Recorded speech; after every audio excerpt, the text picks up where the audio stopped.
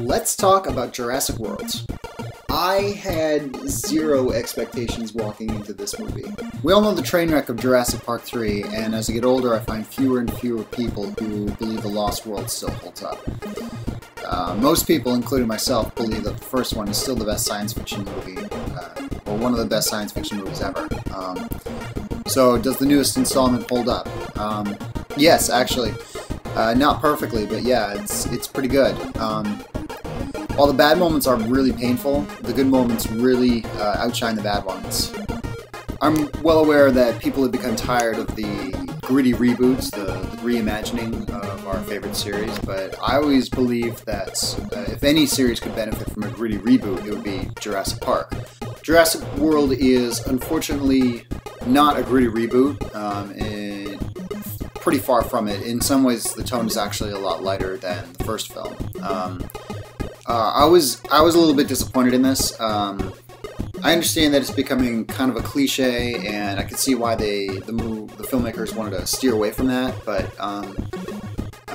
it's fun nonetheless. Alright, so let's talk about the bad. I was really worried right off the bat. The very first shot in the film was CGI where it didn't have to be.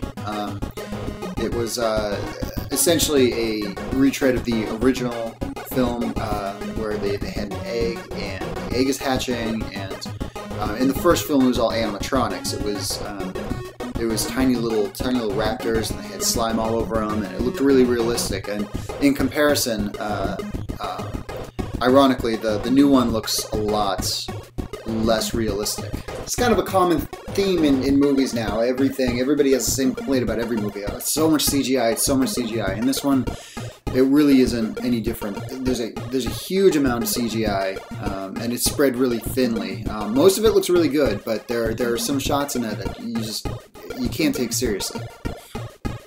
Also, the characters. The characters are straight up archetypes, and this is a monster movie, so to some degree that we have to be willing to accept that the characters aren't going to be as deep and complex as they are in something like Interstellar. But aside from our main heroes, there are some pretty grown-worthy side characters that really kind of hamper it. In particular, there's a goofball computer nerd who helps run the security around the park, and he's really annoying. Just about every other joke that comes out of his mouth, it falls flat or out of place, and you're waiting for his boss to pull him into her office and fire him on his poor work ethics and etiquette. It's bad.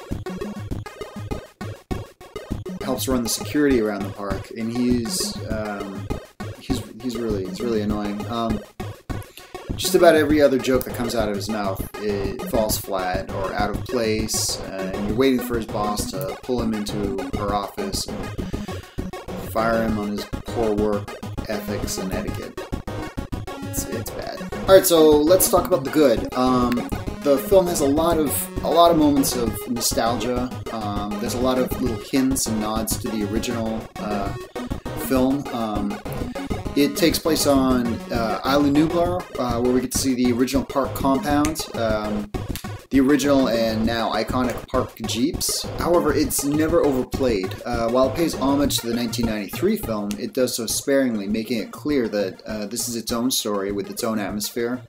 Whereas Jurassic World is a modern, even sort of semi-futuristic theme park that allows for a very different, less industrialized feel than the original. So when nostalgic elements are used, they're more effective in drawing us back to the first film. In all, I think we only hear the Jurassic Park theme a handful of times, and they're all at appropriate moments.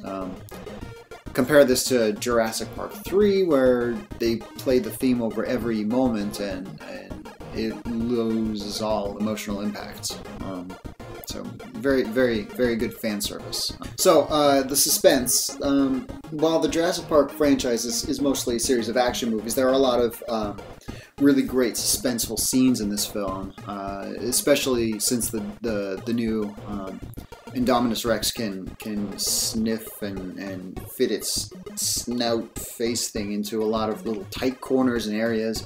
You see a lot of people diving under cars or hiding behind buildings. spent a lot of time wondering, is she gonna sniff him? Can she smell him? Is she gonna be able to reach him there? Is it safe here? Are they gonna be okay? And they're not exactly jump scares, since you know that she's you know it's gonna happen, but it's more of a question on will she be able to reach them more than actual jump scares. So it's pretty tense. Alright, so let's talk about the kids. The previous two sequels have had kids in leading roles that were just pretty bad. They were poorly written, hard to relate with, and completely failed at suspending our disbelief. The gymnasticking velociraptor to death.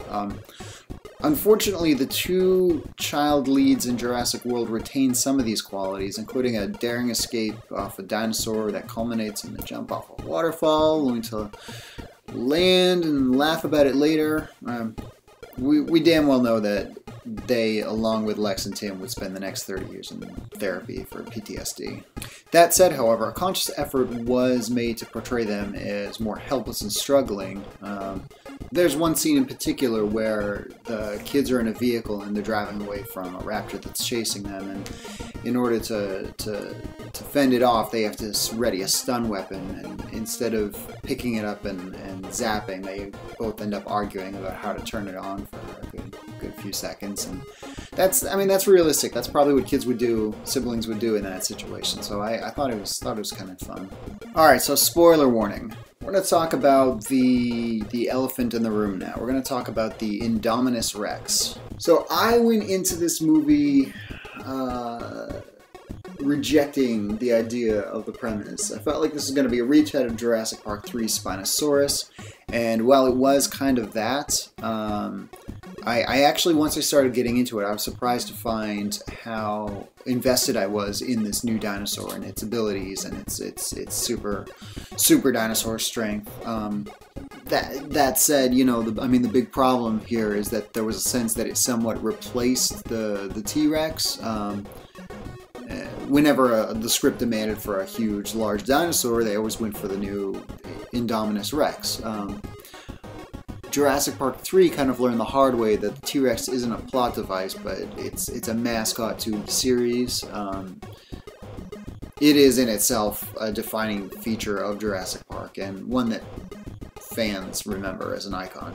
Without giving away too much, the ending, the finale is ridiculous and over the top, and I loved every second of it, and you will too, I promise. It's one of the most satisfying endings, not only to a Jurassic Park movie, but to any action or science fiction movie out there, and I think I really enjoyed it, and I'm sure you would too.